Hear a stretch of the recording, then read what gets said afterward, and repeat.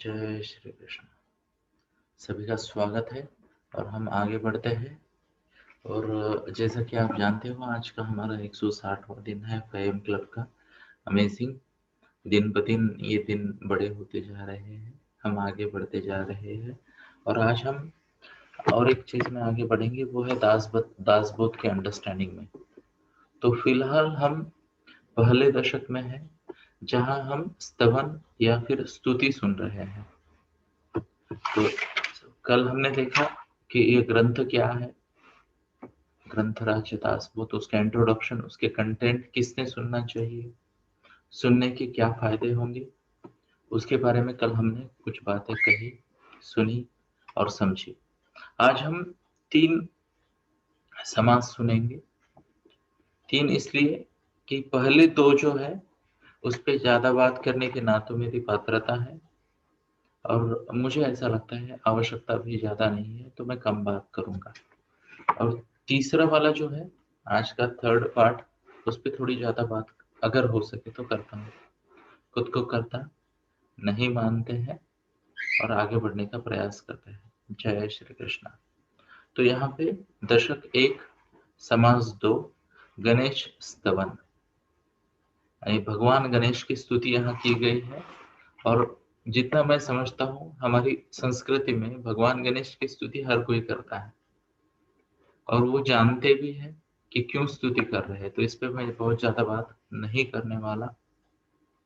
पर यहाँ पे समर्थ रामदास स्वामी जी ने भगवान गणेश को कुछ प्रार्थनाएं की है। उनमें से 2 या 3 प्रार्थनाएं मैं आपके सामने प्रस्तुत करूंगा। यह हर किसी व्यक्ति को जो ज्ञान पाना चाहता है, उसको यह प्रार्थना करनी चाहिए। तो सबसे पहले इस ग्रंथ की शुरुआत में ही रामदास स्वामी जी ने कहा है, ओम नमो जी गणनायका सर्व सिद्धि फलदायका अज्ञान भ्रांति छेद का बोध रूपा। तो उन्होंने कहा है कि सर्व सिद्धि का फल देने वाला, अज्ञान और विपरीत ज्ञान को नष्ट करने वाला, बोध रूप ऐसे गणनायक यानी भगवान गणेश को मैं वंदन करता हूँ। तो जय श्री भगवान गणेश। आगे उनकी कुछ विनतियां हैं भगवान गणेश के प्रति और कुछ स्तुतियां हैं, उनमें से 2-3 मैं पढ़ रहा हूँ। सबसे पहली उन्होंने विनती की है कि कृपया मेरे मुख से इस ग्रंथ को आप कहिए।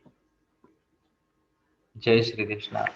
तो हमेशा हम ये विनती करते हैं, या तो माता सरस्वती या भगवान गणेश हमारी जीवा पे आरूढ़ हो जाए, तो जाके हम सही बात को सही तरीके से कह सके। जगत में ऐसे बहुत सारे बहुत सारे ज्ञानी हैं, पर वो अपने ज्ञान को सही तरीके से प्रकट नहीं कर सकते। और यहाँ पे एक इम्पोर्टेंट बात यह भी है कि नम्रता बहुत जरूरी है, समर्पण बहुत जरूरी है। अब स्वामी जी तो बड़े ज्ञानी थे, बहुत अध्ययन किया। आपने उनके बचपन में जाना कि 12 साल की उनकी तपश्चर्या और 12 साल का देश का पर्यटन। तो पढ़ना, सुनना, चिंतन करना, तपश्चर्या करना, यह 12 साल, और घूम फिर कर लाइफ के एक्सपीरियंसेस लेना 12 साल।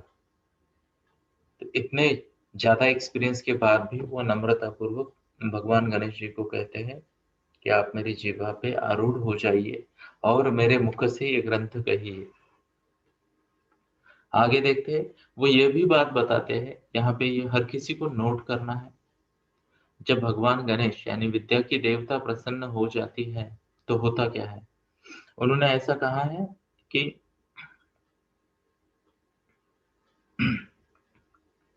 यहाँ कहा है कि जब भगवान गणेश की या जब ज्ञान की प्राप्ति होती है, ज्ञान की देवता हमें प्रकट हो जाती है, तो जो डर है और जो अमंगल है वो डर के भाग जाता है। डर और अमंगल डर के भाग जाता है, निगेटिविटी भाग जाती है।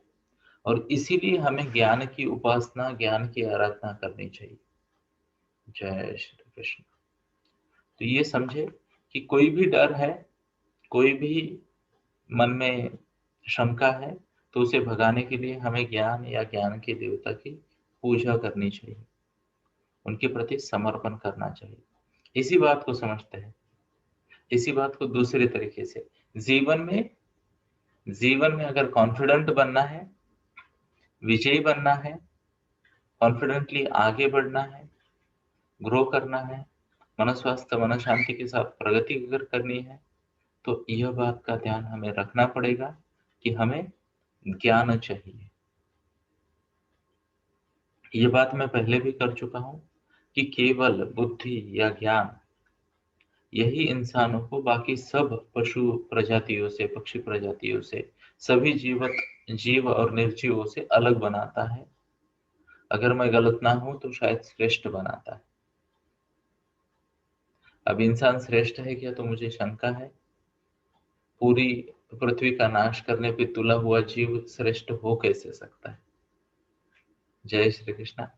बट कुछ लोगों की गलतियों से पूरी मानव सृष्टि को या मानव समाज को मैं गलत नहीं मानूंगा, बट है कुछ लोग हैं जो अपनी असीम महत्वाकांक्षा के कारण सबका नाश करने पे तुले हुए हैं। पृथ्वी का, वसुंधरा का, हमारे इस बढ़िया से जगत के बैलेंस को वो बिगाड़ने पे तुले हुए हैं। फिर भी अपनी बुद्धि के कारण इंसान पशु प्रजातियों से, पक्षी प्रजातियों से श्रेष्ठ जाना जाता है। तो आपके जीवन का हर अमंगल, हर विघ्न भाग जाएगा अगर आपको ज्ञान या ज्ञान के देवता भगवान गणेश प्रसन्न होते हैं। तो ज्ञान की आराधना कीजिए। इसी को हम मॉडर्न लैंग्वेज में कहते हैं इसके कीजिए, स्किल और नॉलेज बढ़ाइए, बाकी सब अपने आप हो जाएगा। ओके, तो पहले लोग नम्रता पूर्वक भगवान की आराधना करने को बोलते थे, और क्या। जय श्री कृष्ण। आगे बढ़ते हैं।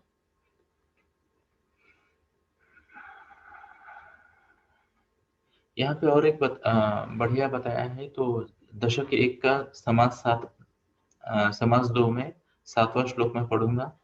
जयाचे आठविता ध्यान, वाटे परम समाधान, नेत्री रिभो नियामन, पांगुड़े सर्वांगी। तो यहाँ बताया गया है कि जब हम मन में भगवान गणेश का चिंतन करते हैं तो हमें समाधान प्राप्त होता है। समाधान की प्राप्ति भगवान गणेश की आराधना में यानी ज्ञान की प्राप्ति में है। कृपया नोट करें, ज्ञान की प्राप्ति में समाधान की प्राप्ति है। कई सारे लोग बोलते हैं ना, शांति सुख अंदर नहीं मिला तो बाहर भी नहीं मिलेगा, अंदर नहीं मिला तो बाहर भी नहीं मिलेगा शांति और सुख, है ना। तो अंतर्मुखी बनते हैं, और यहाँ पे भी उसी बात का रिकमेंडेशन दिया गया है। आगे एक बात कही गई है, 14 विद्यांचा गोसावी, हरस्वलोचन ते हिलावी, लवलवित फड़कावी, फड़े फड़े कर न थापा। तो यहाँ भगवान गणेश की और एक स्तुति की गई है, और यह है कि भगवान गणेश 14 विद्याओं के स्वामी है। उनकी आंखें छोटी है, फोकस्ड है। उनकी आंखें छोटी है, फोकस है, वो ध्यान से हर चीज को देखते हैं। उनके कान बहुत बड़े हैं। लर्निंग की कैपेसिटी को यहाँ पे हाईलाइट किया है ना। फोकस से देखते हैं, बड़े कानों से, यानी ही इज जिसे कहते हैं लिसनिंग की प्रेरणा देते हैं वो, है ना। एंड वो कर्णों को ऐसे ऐसे करते हैं तो वो अलाइनमेंट करते हैं, जैसे जीपीएस सेट करते हो आप ना, उस तरीके से। तो ऐसी कुछ स्तुति की है। इसके अलावा भगवान गणेश की जिसे कहते हैं ना व्यक्तित्व की स्तुति की है। ओके, तो यहाँ पे स्तुति जब हम कहते हैं तो 4 प्रकारों में स्तुति की जाती है, 4 प्रकारों में अप्रिशिएशन किया जाता है। ओके, तो उसमें से एक है क्वालिटीज का, चाहे तो लिख सकते हो आप। ओके, किसी भी व्यक्ति की जब तारीफ होती है तो उसके 4 रीजन हो सकते हैं। एक होती है क्वालिटीज, ओके। दूसरा होता है लुक्स, अपीयरेंस जिसे कहते हैं। क्वालिटीज की जगह आप वैभव भी कह सकते हो, यानी उनके पास ऐश्वर्य क्या है। तो अलग अलग तरह के ऐश्वर्य होते हैं। ओके, उसके बाद देखते हैं क्वालिटीज हो गई, उसके बाद अपीयरेंस हो गया, ये 2 चीजें हो गई। तीसरी बात एक्शन। तो हम लोगों के एक्शंस की भी एक्शंस को भी नोट करते हैं या फिर उसकी स्तुति करते हैं, तो वो क्रियाएं क्या करते हैं। और चौथी बात, इम्पैक्ट। तो कोई भी व्यक्ति इन 4 चीजों के लिए उनकी स्तुति हो सकती है। बाकी जो सब फैक्टर्स है वो इसी में आ जाएंगे, तो कृपया नोट करें इस बात को। ओके, अब इसमें आपको तय करना है कि आप किस स्तुति के पात्र बनना चाहते हो। आपको भी तो तय करना है ना। तो आप आपके ऐश्वर्य के कारण या आपके ज्ञान के कारण, आपके पास जो भी क्वालिटीज है उसके कारण आपकी स्तुति हो, या आपके लुक्स के कारण, या आपके एक्शंस के कारण, या आपका समाज पे होने वाला इम्पैक्ट उसके कारण, या तो फिर इनमें से कोई 3 या कोई 2 या कोई 1 या चारों। व्हाई नॉट, हम कहेंगे व्हाई नॉट। तो कृपया इस पे चिंतन कीजिए और हम आगे बढ़ते हैं। तो बाकी वाली स्तुतियों के बारे में मैं ज्यादा नहीं जानता, पढ़ना चाहूंगा, क्योंकि आप और हम जानते हैं, हमने और आपने, अगर आप इंडियन हो तो आपने और हमने भगवान गणेश को कई बार देखा है, स्मरण किया है, पूजा की है ना, आरती कही है, बड़ी बड़ी मूर्तियां भी देखते हैं हम अगस्त महीना में, है ना? तो उसके बारे में मैं ज्यादा बात नहीं करूंगा। यहाँ बाकी वाली है, यानी उनके आयुध के बारे में बताया गया है, उनके वस्त्रों के बारे में, अलंकारों के बारे में, जिसके बारे में मैं ज्यादा बात नहीं करना चाहूंगा। पर डेफिनेटली मैं ये बात पक्की करना चाहूंगा कि भगवान गणेश की आराधना से फर्क क्या पड़ता है। तो यहाँ बताया गया है कि कंफ्यूज्ड इंसान भी फोकस्ड बन जाता है। वाह, अमेजिंग है ना। ज्ञान की उपासना करने से कोई इंसान अगर कंफ्यूज्ड है तो वह भी फोकस्ड बन जाता है। ओके, आगे देखते हैं। माता सरस्वती प्रसन्न हो जाती है, हम एक लेवल अप हो गए, है ना। जय श्री कृष्ण। आगे देखते हैं। ब्रह्म यानी ब्रह्मा जी जैसे भगवान भी उनकी पूजा करते हैं, उनको मानते हैं, उनको वंदन करते हैं। तो आप और हम जैसे इंसान क्या है, ऐसी वहां स्तुति की गई है। और ये भी कहा गया है कि अगर कोई मंद बुद्धि भी है तो उसने भी भगवान गणेश की आराधना करनी चाहिए, उसे डेफिनेटली गति प्राप्त होगी, वो आगे बढ़ जाएगा, है ना। और एक बात बताइए, अगर कोई मूर्ख है, अवलक्षणी है, तो वो भी भगवान गणेश की कृपा से ज्ञानी बन सकता है, चतुर बन सकता है। जय श्री कृष्ण। तो पहले दशक के दूसरे समास को मैं यही रोक देता हूँ। ये कुछ क्वालिटीज बताई गई है, मैं जस्ट उसको टच करना चाहता था। इसके बाद फिर से एक बार अगले नंबर पे आता है, माता शारदा का स्तवन किया है, स्तुति की है। अब फिर से एक बार, बहुत बहुत बहुत सारी क्वालिटीज है, बट इसको मैं आपके लिए छोड़ देता हूँ। जय श्री कृष्णा। और मैं सीधा जाता हूँ सदगुरु स्तवन पर।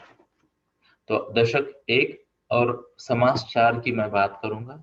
और मैंने आपसे कल ही परमिशन ली है या शुरुआत में कि इसे मैं थोड़ा सा मेरे ढंग से प्रस्तुत करने का प्रयास करूंगा, आज के रिलेवेंस में रखने का प्रयास करूंगा। तो मैं ये कुछ जो कही हुई बातें हैं, बताए गए पॉइंट्स है, उन पे मैं ज्यादा बात करूंगा और कुछ जगह पे मैं स्किप भी कर दूंगा।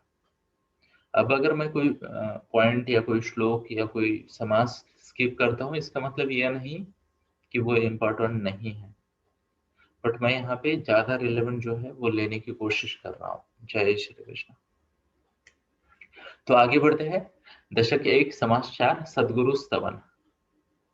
ओके, अब अगर मान लो गुरु की स्तुति करनी है, सदगुरु की स्तुति करनी है, तो क्या कहें, क्या कहें। जय श्री कृष्ण कह सकते हैं, जय श्री कृष्ण, है ना। तो सबसे पहले तो सदगुरु कौन है वो समझते हैं। ओके, नाम में है सत और गुरु, सत्य और गुरु। तो यहाँ दो इंपॉर्टेंट अर्थ निकलते हैं सदगुरु शब्द के। पहला वाला, सच्चा गुरु। यस, तो आप में से कितने सारे लोग खोज में हैं सच्चे गुरु की। हर कोई, हर कोई डायरेक्टली इनडायरेक्टली, है ना। कुछ लोग जानबूझ के सच्चे गुरु की खोज में निकल जाते हैं, और कुछ लोगों को नहीं पता होता है बट वो सच्चे गुरु की खोज में निकले पड़े होते हैं, है ना। तो हम कई बार ट्यूशन लगा देते हैं, हम कई बार कोचिंग करते हैं, कई बार किसी को फॉलो करते हैं, हम गुरु की तलाश में, है ना। कई बार रुक के सुनने लगते हैं, कई बार कुछ चीजों को अवॉइड करते हैं और कुछ चीजों को चेस करते हैं। तो जय श्री कृष्णा। तो डेफिनेटली एक सच्चे गुरु का होना जीवन में बहुत इंपॉर्टेंट है, बहुत इंपॉर्टेंट है। आगे बढ़ते हैं। सदगुरु का दूसरा एक अर्थ है, सदगुरु का दूसरा एक अर्थ है, और वह यह अर्थ यह है, सदगुरु यानी वह गुरु जिसने सच को जाना है। सदगुरु यानी वह गुरु जिसने सच को जाना है। तो यहाँ पे हर किसी को गुरुजी मिल गया है, तो जय श्री कृष्ण। मुझ पे गुरुजी की असीम कृपा है, ओके, एंड ब्लेसिंग्स है। एंड मैं दुआ करूंगा, I pray for all of you, कि आपको भी गुरु का ग्रेस और गुरु का गाइडेंस सदा सर्वदा मिलता रहे। जय श्री कृष्ण। और इसी वजह से जब देवताओं की बात हुई और बाद में जब हम हमारे रियलिटी में आए जीवन की, तो सबसे पहले गुरु का नाम आया। और ऐसा कहा जाता है, गुरु ब्रह्मा गुरु विष्णु गुरु देवो महेश्वरा गुरु साक्षात परब्रह्म तस्मै श्री गुरुवे नमः। तो गुरु के बारे में कहने के लिए पात्रता होनी चाहिए। बहुत मुश्किल है गुरु के बारे में कुछ कहना, तो इसके बारे में मैं कुछ नहीं कहूंगा, मैं यहाँ सिर्फ पढ़ूंगा। तो शुरुआत करते हैं दशक एक समाचार सदगुरु स्तवन। सच्चे गुरु या फिर जिसने सच को जाना है, ऐसे गुरु के बारे में समझने की या सुनने की कोशिश करते हैं। पहली लाइन पढ़ते हैं। आता सदगुरु वर्णवेना जेथे माया स्पर्शे सकेना ते स्वरूप मज अज्ञाना काये कळे। तो यहाँ उन्होंने पहली लाइन में स्पष्ट कहा है, आता सदगुरु वर्णवेना, ओके। तो यहाँ पे स्वामी जी कहते हैं वर्ण वेहना, यानी इच्छा तो है मेरी सदगुरु का वर्णन करने की, बट मैं कर नहीं पा रहा हूं। जो माया के परे है, जो माया के परे है, ओके, ऐसे स्वरूप का आकलन करने की हम कोशिश करते हैं। और मुझ जैसा अज्ञानी गुरु के बारे में क्या जानेगा और क्या कहेगा, ओके। इसीलिए मैं शुरुआत में ही कहना चाहूंगा कि सदगुरु का वर्णन नहीं किया जा सकता। जय श्री कृष्ण। अब ये कौन बता रहे? स्वयं समर्थ रामदास स्वामी कह रहे हैं कि गुरु का वर्णन करना, सच्चे गुरु का वर्णन करना मुश्किल है। जबकि कल हमने देखा कई अलग अलग, जिसे कहते हैं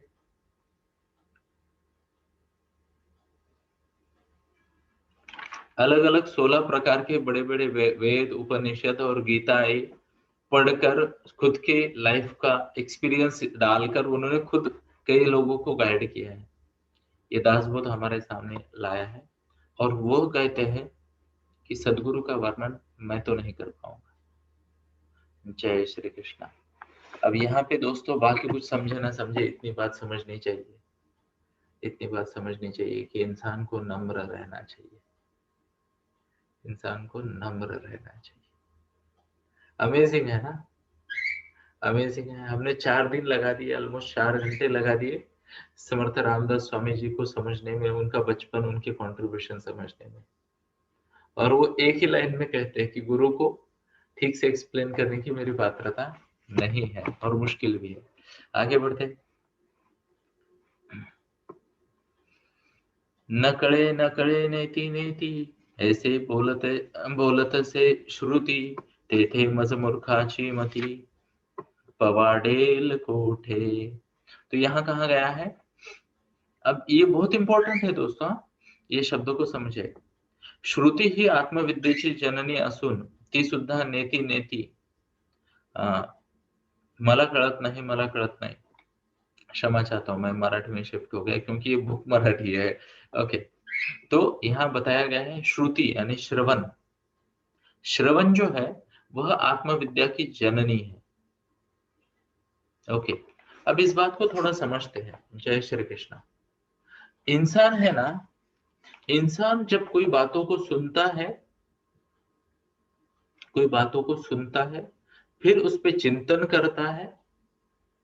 पहले सुन लिया, फिर चिंतन कर लिया, उसको अपने अनुभव पे जिसे कहते परख लिया, उस पे ध्यान किया, मनन किया, और तब जाके उसका वो जो सुनी हुई बात है उसका कन्वर्जन या उसका रूपांतर जिसे कहते हैं वह ज्ञान में होता है,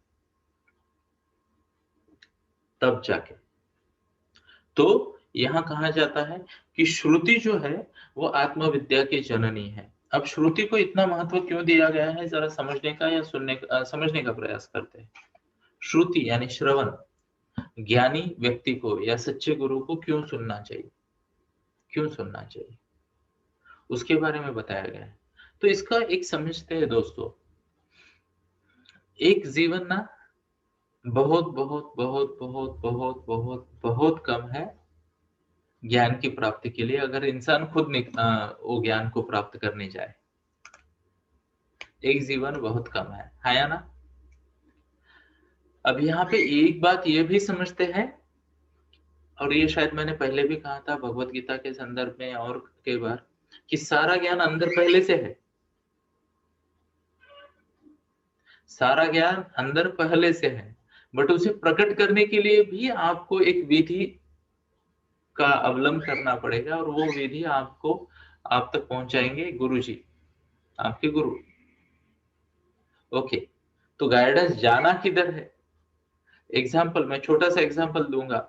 अगर इंसान है, उसका हट्टा कट्टा शरीर है और उसके पैर है, तो वो किसी भी दिशा में जा सकता है ना। तो सभी दिशाओं में जाने की क्षमता इंसान के पास जन्म से है। अब कोई ये ना कहे कि बिना किसी सपोर्ट के इंसान ऊपर की तरफ जाके दिखाए। सोच में तो वो भी कर सकता है इंसान, है ना। आंखें बंद कर लीजिए, कल्पना कीजिए कि आप उड़ रहे हो, कल्पना में क्या जा रहा है, कुछ भी कर सकता है इंसान। जय श्री कृष्ण। तो मैं बात ये कर रहा था, किसी भी दिशा में चलने की क्षमता इंसान में पहले से। एक बार उसने चलना सीख लिया, माता की मदद से चलना सीख लिया, तो इंसान किसी भी दिशा में जा सकता है। और किस दिशा में कितना, किस गति से जाना है, ये गाइडेंस गुरु कर सकता है या ना। और इसीलिए जब भी हम नए शहर में जाते हैं, हम पता पूछते हैं, या तो किसी इंसान को, आते जाते राहगीर को, या फिर गूगल वाली वो स्पीकिंग आंटी को, वो बता दिए टर्न लेफ्ट, गो 300 मीटर्स, देन टर्न राइट, ऐसा कहती है ना वो आंटी। तो मैं तो उनको बहुत धन्यवाद देता हूँ, सारी दुनिया का मार्गदर्शन वही कर रही है, क्यों नो, मार्गदर्शन, मार्ग दिखाना। तो जीपीएस ही कर रहा है सारी दुनिया का मार्गदर्शन। ओके, तो गुरुजी की भी जीवन में यही महती है, अच्छा गुरु बहुत जरूरी है, सत्य गुरु जरूरी है। तो आगे बढ़ते हैं, नेति नेति का उल्लेख यहाँ पे आया है। ओके, नेति नेति कंसेप्ट पे कभी सोचिएगा, गूगल कीजिएगा, समझने का प्रयास कीजिएगा। जानने की एक बहुत ही श्रेष्ठ पद्धति है ये। ओके, कि ये भी नहीं और वह भी नहीं, ये समझना, यह भी नहीं वह भी नहीं, यानी किसी भी चीज में। ओके, कभी कभी तो गुरुजी ये कहते हैं कि गलती से जो सच है उसे सच न मान लेना। कभी कभी गुरुजी, यानी मैं तो भाग्यशाली हूँ, सुनता हूँ ना कभी कभी उनको, तो वो कभी कभी ये कह देते हैं, गलती से जो सच है उसे सच न मान लेना, क्योंकि सच ये भी नहीं, सच वह भी नहीं, और सच कुछ भी नहीं, सब माया है। तो जो आपको लगता है ना ये सच है, उसे सच न मान लेना। ओके, एग्जाम्पल, हम कई सारे लेबल खुद को लगा देते हैं, है ना। तो मान लो मैं दास बोध का प्रवचन कर रहा हूँ, जय श्री कृष्ण, है ना। तो कुछ लोग गुरुजी कह देते हैं मुझे, या फिर कोई स्टडी कर रहा है, कोई ज्ञान अर्जन कर रहा है, ये कर रहा है, वो कर रहा है। ओके, तो गुरुजी कहते हैं कि जो सच दिख रहा है उसे सच न मान लेना, क्योंकि ये सब कुछ जो है वह सच नहीं है। अब सच की व्याख्या करते हैं थोड़ी सी, है ना। सच वही जो चिरंतन है, सच वही जो चिरंतन है, इटरनल है, यानी जो कल भी था, आज भी है और कल भी रहेगा, वही सच है। तो ऐसा क्या है जो कल भी था, आज भी है और कल भी रहेगा? अब कल, आज और कल की व्याख्या मतलब पुरातन काल से, अनादि काल से था और अनादि काल तक रहेगा, ऐसा क्या है? और अगर ऐसा कुछ नहीं है तो सच क्या है? कुछ नहीं, कुछ नहीं, है ना? हम भ्रम में पड़ जाते हैं। ओके, तो नेति नेति, यह भी नहीं वह भी नहीं। ओके, तो चीजों को इस ये भी नहीं वो भी नहीं ऐसे ऐसे करते करते फिर बच क्या जाता है? तो बच जाती है माया, बच जाता है, बच जाती है चेतना, बच जाती है ऊर्जा। उसका सम्मान करते हैं, उसका सम्मान करते हैं। जैसे मैंने एक आध दो बार एग्जांपल दिया होगा, मुझे उम्मीद है बच्चे लोग इसको ठीक से समझेंगे। बच्चे लोग इसे ठीक से समझेंगे, यह उम्मीद करता हूँ। कितने लोग समझने का प्रयास करेंगे? हाथ दिखाए जरा। Thank you, appreciate. जय श्री कृष्णा।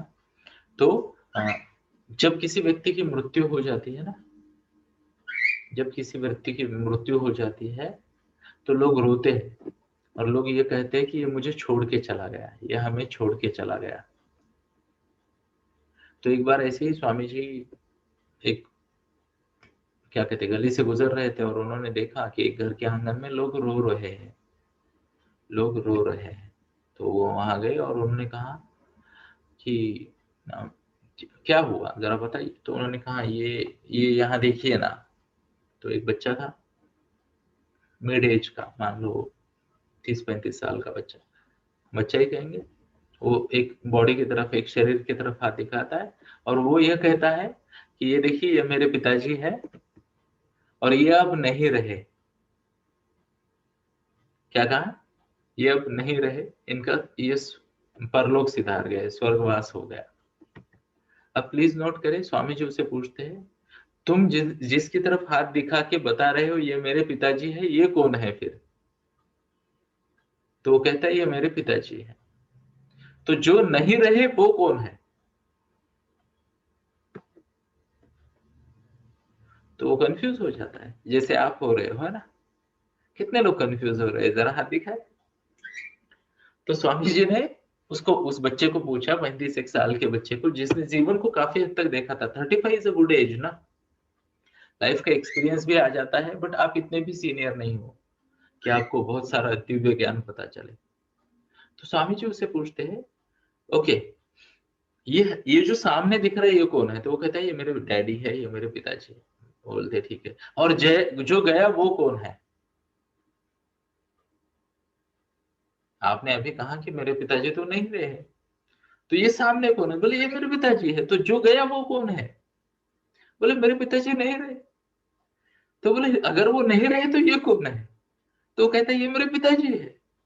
तो फिर गए कैसे? अगर सामने तुम्हें तुम्हारे पिताजी दिख रहे हैं, बिल्कुल चेहरा वही है, हाँ शरीर वही है, सब कुछ वही है, तो तुमने कैसे कह दिया ये मेरे पिताजी नहीं है?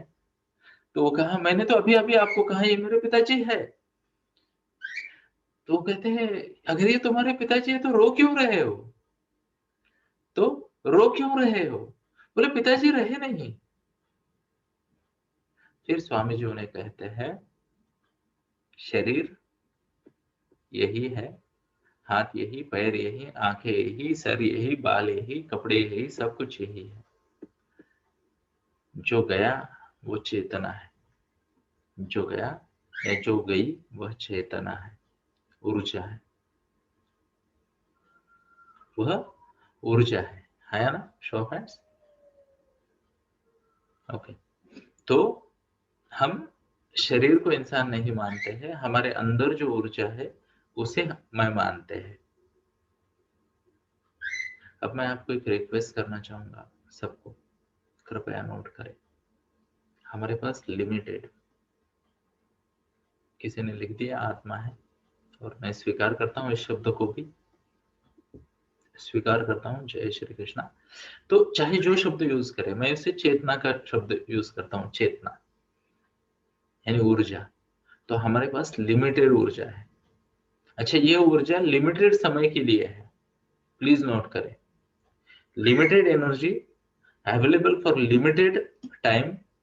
और एक बात प्लीज नोट करें कि ये प्रोग्रेसिव ऊर्जा है, इसका फॉर्म बदल जाता है, इसका फॉर्म बदल जाता है ना। तो मान लो यहाँ पे मेरी स्क्रीन पे 2 लोग, ओके, तो वी हैव स्क्रीन जहाँ पे 2 लोग हैं, तो ये स्क्रीन को मैं आपके सामने प्रस्तुत करता हूँ। जय श्री कृष्णा, रूमा बेटा, माधुरी मैम, धन्यवाद आपका।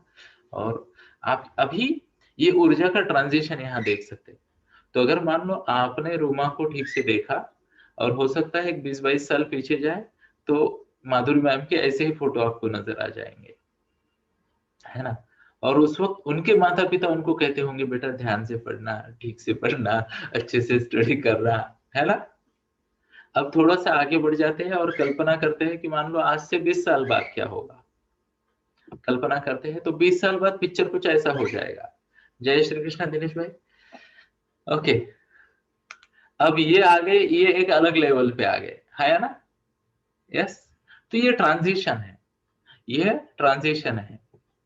ओके, तो कभी कभी हमारी स्क्रीन पे डॉक्टर साहब का छोटा बेटा भी आ जाता है, तो मैं स्क्रीन पे डॉक्टर साहब को भी लेता हूँ।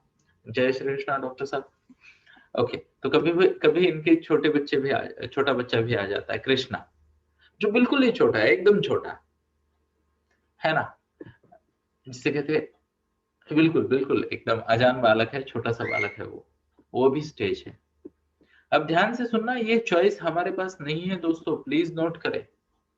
हमारे पास ऊर्जा है, उसकी गति है, ऊर्जा है, उसकी गति है, उसकी एक मेथड है आगे बढ़ने की। अब हम उस फेज में ऊर्जा को उसी तरीके से यूज कर सकते हैं। आप देखिए, मान लो आप बच्चे हो, आप में से कई सारे यहाँ छोटे बालक भी है ना, टीनेजर्स है कुछ लोग, है ना। तो आप जिस तरीके से ऊर्जा का यूज कर सकते हो मैं नहीं कर सकता।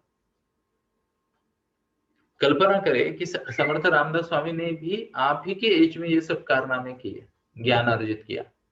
इमेजिन, जस्ट इमेजिन कि मैं डिक्लेयर कर देता हूं कि मैं बिजनेस, ट्रेनिंग, कोचिंग सब कुछ बंद करके अब 15 साल के लिए स्कूल में जाके पढ़ूंगा। पॉसिबल है क्या? या फिर आप लोग डिक्लेयर कर देते हो कि मुझे कोई स्कूल वूल नहीं जाना, मम्मा तुम अभी छुट्टी ले लो, मैं पूरा घर बार सब संसार संभालूंगा। Is that appropriate? या फिर मान लो दिनेश भाई कहते हैं, दिनेश भाई है ना अभी, जय श्री कृष्ण दिनेश भाई, दिनेश भाई अभी रिटायर हो चुके हैं और अब वो सेवा कर रहे हैं, सब काम छोड़ के केवल कंट्रीब्यूशन पे फोकस है उनका, समाज को किस तरीके से योगदान दिया जाए।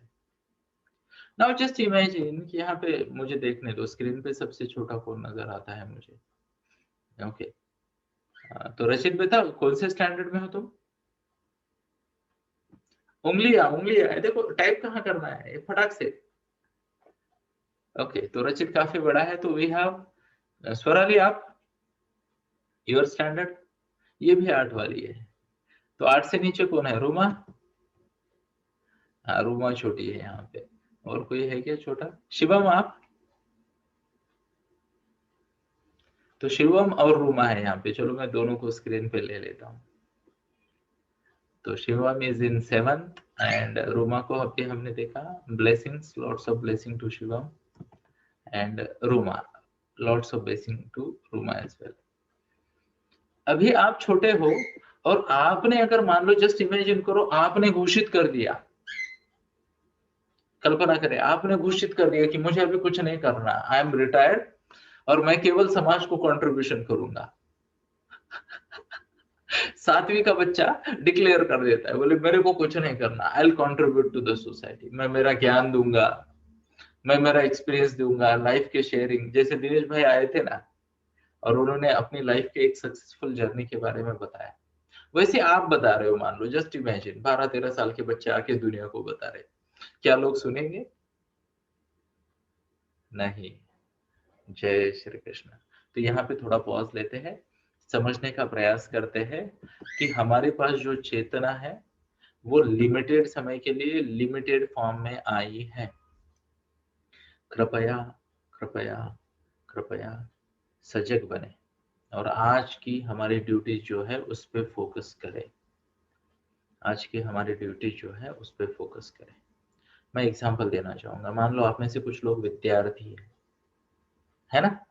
विद्या विद्यार्थी यानी विद्या की प्राप्ति करने वाले, विद्या की भिक्षा मांगने वाले, है ना। गुरु के प्रति समर्पित रहिए और नॉलेज और स्किल बढ़ाने पे पूरा फोकस कीजिए। क्या मैं सही बात कर रहा हूँ? जय श्री कृष्ण। यस। तो आपकी एनर्जी उसके लिए बेस्ट बनी है। और अगर आप नोट भी करो तो कम उम्र में बहुत ज्यादा नॉलेज ग्रास्प किया जा सकता है। जैसे जैसे उम्र बढ़ती है करने की कैपेसिटी बढ़ जाती है, सीखने की कम हो जाती है। और उम्र बढ़ती है तो करने की कैपेसिटी भी कम हो जाती है, सीखने की भी कम हो जाती है। फिर बचता क्या है? बचती है देने की कैपेसिटी, है ना। तो पहले सीखिए फिर कीजिए फिर दीजिए। वाह, पहले सीखिए फिर कीजिए फिर दीजिए। ओके, तो हमें वो फेज पता होनी चाहिए। मान लो यहाँ पे कुछ पेरेंट्स भी है। ओके, तो हमारे इस फेज में क्या है? हमारा फोकस है कि आपको सही तरीके से हम कैसे गाइड कर सके, संस्कार दे सके, ओके, नॉलेज दे सके, एटमॉस्फेयर दे सके फेवरेबल, जहां आप खुद को ऑप्टिमाइज कर सको। तो let me come back to the situation कि वो व्यक्ति था, स्वामी जी उसे देख रहे थे और वो रो रहा था कि मेरे पिताजी चले गए। और उन्होंने कहा पिताजी तो सामने है, मुझे तो दिख रहे हैं, तुम्हें भी दिख रहे हैं ना। बोले ये पिताजी नहीं है, पिताजी तो चले गए, यानी चेतना चली गई। तो कृपया नोट करें, प्लीज प्लीज प्लीज नोट।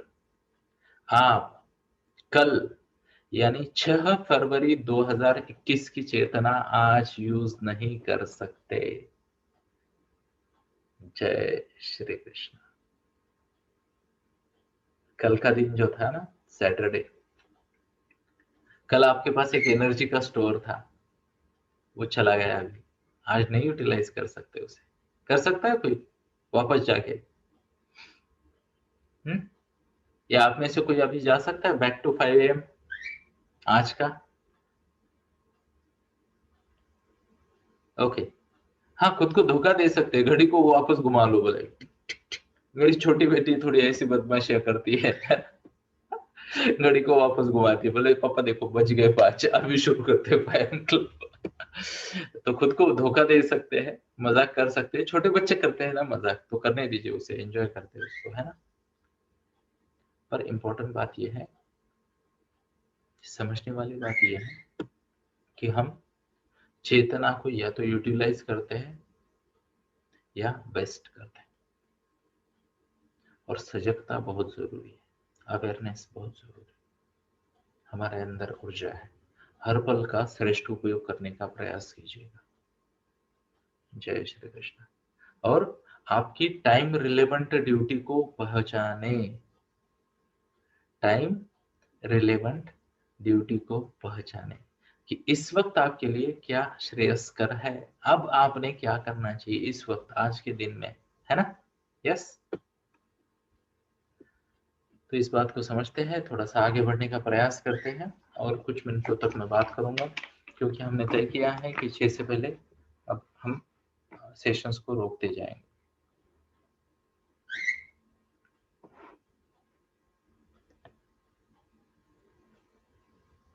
तो यहाँ और एक बात बताई गई है, और वह बात है माया की, है ना। तो माया कंसेप्ट पे भी किसी दिन शायद घंटा 2 घंटा बात करें हम। आज नहीं करेंगे क्योंकि आज हमारे पास 2 घंटा नहीं है। तो यहाँ स्वामी कहते हैं कि माया के माध्यम से गुरु को समझने का प्रयास किया तो माया भी गुरु को स्पर्श नहीं कर सकती है। ओके, आगे बढ़ते हैं।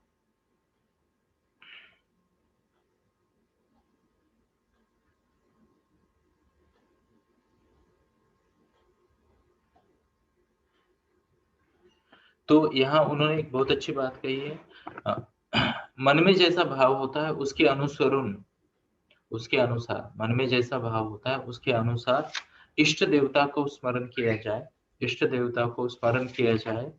और जिसके मन में गुरु की जैसी छवि है उसे गुरु वैसे प्राप्त हो जाएंगे। तो मैं मेरे मन में जो भी सदगुरु है उनको प्रणाम करता हूँ, नमन करता हूँ और उनकी स्तुति करता हूँ।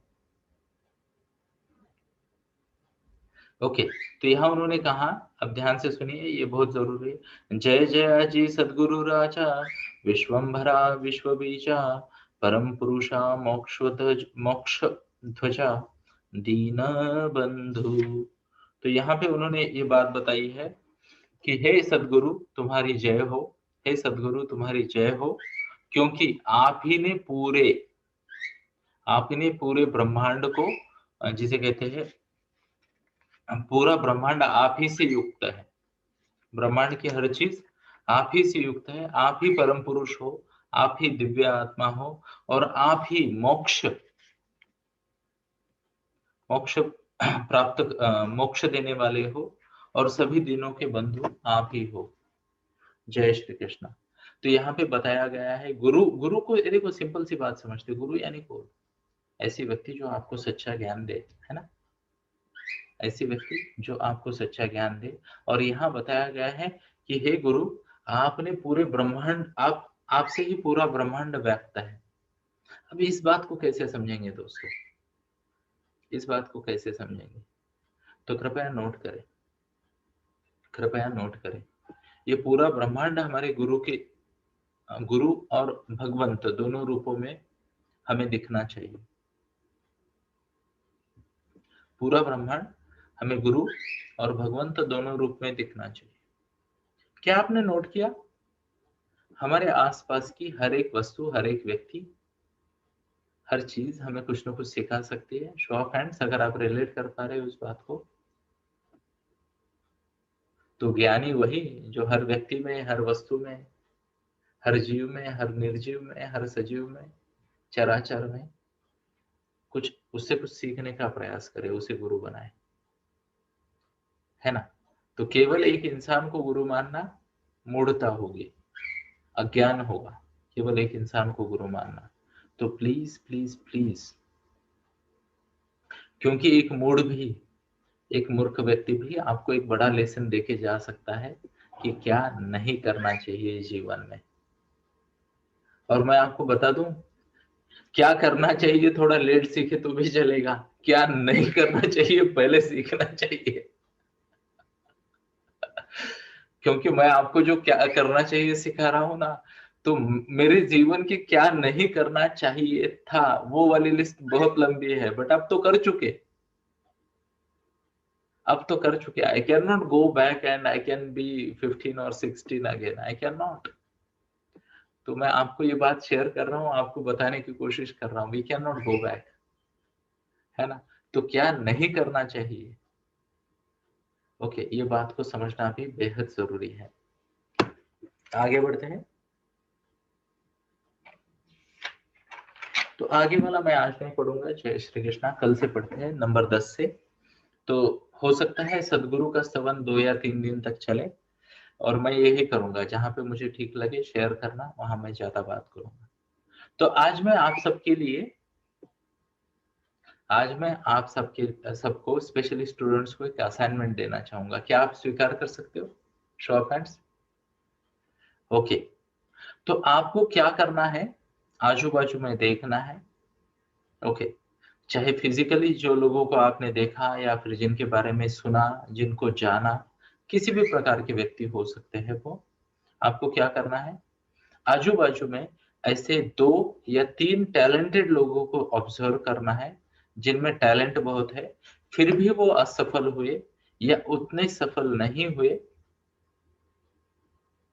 और उसके कारणों का पता करना है। और ये एग्जाम्पल 2 या 3 एग्जाम्पल ग्रुप में शेयर करने हैं। एग्जाम्पल, मैं आपकी बात को थोड़ा सिंपल करने का प्रयास करता हूं ताकि आप रिलेट कर पाए। एग्जाम्पल, बिना नाम लिए या फिर डमी नाम लिए आप बता सकते हो कि मेरे बाजू में एक डैश डैश दादा रहता है, चलो मान लेते हैं अभिषेक दादा, बहुत ही टैलेंटेड है ना, बहुत ही टैलेंटेड है, ज्ञानी है, फास्ट लर्नर है, पर बिकॉज ऑफ ABC क्वालिटीज वह उतना सक्सेसफुल नहीं है जितना वो हो सकता था। Example, are you getting my point? अब नीचे जिम्मेदारी लेनी है कि उनकी गलतियों से मैं सीखूंगा या सीखूंगी, और वह गलतियां मेरे जीवन में मैं नहीं करेंगे, तो अभिषेक दादा मेरा गुरु बन गया। Are you getting my point? आप इस तरीके से मुझे भी गुरु बना सकते हैं। मैं कई बार आपके साथ शेयर करता हूँ हमने क्या क्या गलतियां की है ना। हमारा ऑब्जेक्टिव ही आपके सामने आने का कि जो गलतियां हमसे हुई है वो आपसे ना हो। हम शेयर कर सकते हैं, बट आप तभी इन गलतियों से सीखोगे जब आप इन्हें नोट करोगे। तो हमारा 5 क्लब का एक्टिव मेंबर्स का ग्रुप है, उसमें आपको ये काम करना है। 2-3 लोग, कृपया किसी भी व्यक्ति का सच्चा नाम ना ले, किसी को हर्ट ना करे, है ना। अब आप बोलोगे उसे क्या पता चलने वाला है ना। तो मन विचार वाणी कृति, चारों से हम हर्ट कर सकते हैं किसी को। मन विचार वाणी और कृति, तो चारों से हर्ट नहीं करना है ना। तो कृपया इस असाइनमेंट को पूरा करने का प्रयास करें और आगे बढ़े। तो आज के लिए मैं यहीं पे रुकना चाहूंगा। जय श्री कृष्णा। मैं सेशन को हैंड ओवर करना चाहूंगा जो भी हमारे आज के मॉडरेटर हैं उनको। So thank you. फेसबुक वालों को करते हैं बाय बाय। एंड यहाँ पे अथर्व जी ने ग्रुप की लिंक डाली है। ओके, तो कृपया अगर कोई एक्टिव मेंबर्स के ग्रुप में नहीं है तो कृपया उस ग्रुप को ज्वाइन करें। थैंक यू, धन्यवाद। जय श्री कृष्ण।